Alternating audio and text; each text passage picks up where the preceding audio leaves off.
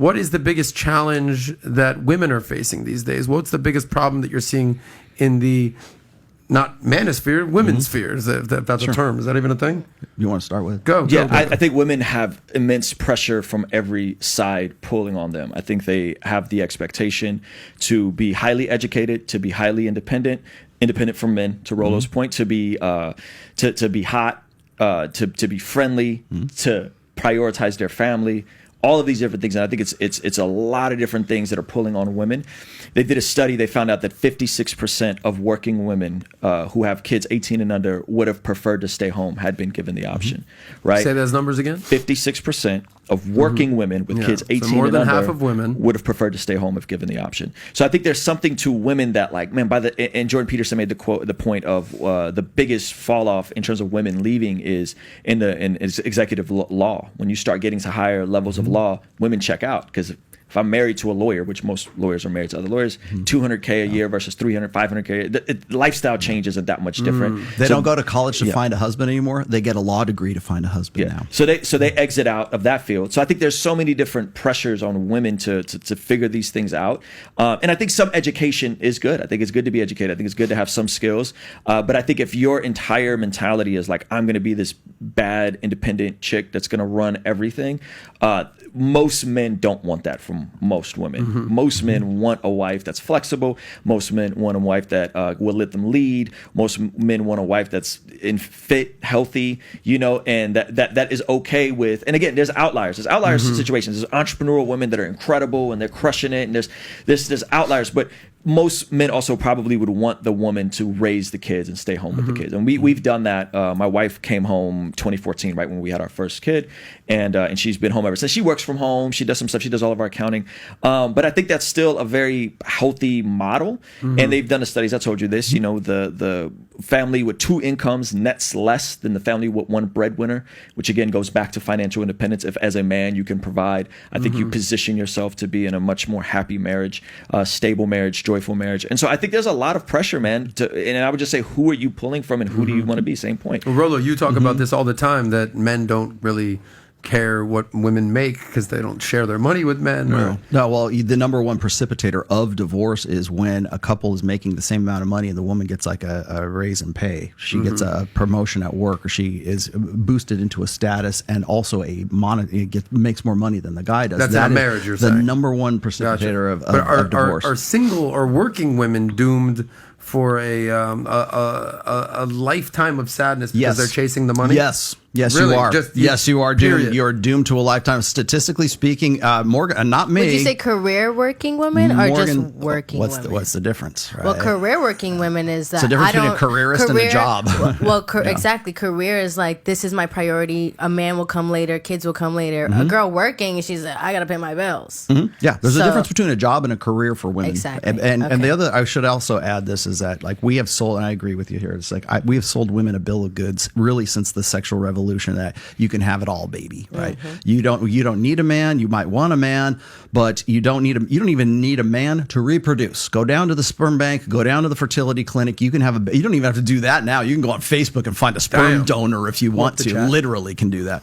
But so we have essentially, you want to talk about like making things convenient for women in that sense. We have said we made men superfluous right now, whether you're a father or whatever, until it's like, Father's Day and it's like, do better, dad, kind of thing. But we've made guys superfluous in the sense that like women don't see any point of getting with a guy who is either going to be an abuser, he's going to be a doofus like Homer Simpson, he's going to be incompetent. We teach women that men are untrustworthy, that you can't depend on them for security. The number one thing, and this happened with you and but they Allie, are if they cheat. You just did what I was just about to say. Hold that thought. Just what I was about to say. Quick poll, put this up there for our gentlemen out there. Would you rather have more of a housewife, traditional woman, or do you want a woman who's out there making money? If you could put that poll out there, I'd love to see the results. Natalia, you said housewife or what? Housewife or working woman. Okay. Natalia, you just made my case for me. Okay, when Allie was on here and she did that one viral video, Allie Drummond. Allie Drummond. She was talking about. Shout out to Allie. Yeah, when she was talking about like, I'm a traditional wife, I submit to my husband, blah blah blah. The number one complaint it went viral, 4 million. God knows how high it was. The number one complaint complaint from women was, I would never want to do that because what if he left? What if he started banging his secretary? What if he got a trophy wife? What if? And it was all based on fear. As I said, fear is the most monetizable emotion of humans. Well, to be fair, though, men are statistically more likely to cheat than women. Yes, true. But the thing is we've terrorized generations of women with the idea that if you don't have a career, if you don't have this, this will happen to you. And what happens is that fear is based on what's called the apex fallacy. Well, what's the alternative, though? Like you're against no-fault divorce laws, and you're against alimony. You're against a man marrying a woman. Alimony, by the way, is a law that is a holdover. It's a vestige from the 1930s, from the Depression era. Sure. Just so we know. I don't know how that's relevant, but what I'm saying is, if we have men who are leaving women. My dad left my mom. We were on welfare. I know we talk about the welfare state like it's this sexy thing. It was $650 a month. Yeah, real sexy. $650 a month. Our rent was $450 a month. I remember that as a child. As a kid, you're saying. As a kid. Yeah. We'd go without food, and my dad didn't pay a whole lot of child support. I think it was like $90 a month when he did pay. And again, props to my dad. I love my dad now. We're good. And I got to see some of his perspective on the other end. But what about like when men are hypergamous? What about when men abandon women? Because I've seen that. That is the only narrative you hear. That is absolutely the only narrative you hear is the deadbeat dad. Like, for instance, like we especially every Father's Day, it's not Father's Day anymore. It's Special Persons Day right now. Which that's nonsense. But you can get this in every church sermon. If you look at the difference between Mother's Day sermons and Father's Day sermons, Mother's Day is you're doing great, girl. We love you so much. You're doing the job of 10 men, and you don't need no man. You're just as good a father as you are as a mother. When Father's Day rolls around, the sermon is do better. Rollo, do better because you're not living up to your expectations, and it's constantly like that. But isn't that a more masculine way to like get men to react? That's why they're not in the church right now. What would you tell a Natalia, or you said you have a 24-year-old daughter, the young women out there that are listening, what would your advice be for them? As far as like working, you made the distinction between having a job. Your daughter's a PhD student. No, she's got a master's. She's got a master's. But I mean, and she's getting married right now. The difference between a career and a job, and advice for women. Well, so my point is this: is like I don't have a problem. Like people say, we talked about this on Jedediah again. We were talking about the repeal the 19th. Should we take away women's right to vote? I don't believe that we should. I think that women. That's a thing now. Well, it's been that way for a long. Dude, repeal the women's. Welcome to the MGTOW. Who's advocating for that? Doom pill, black pill, MGTOWs are advocating. So here's my point. I always think, okay, number one, that's untenable. Like that's never going to happen, period, because women are the largest voting bloc in the United States.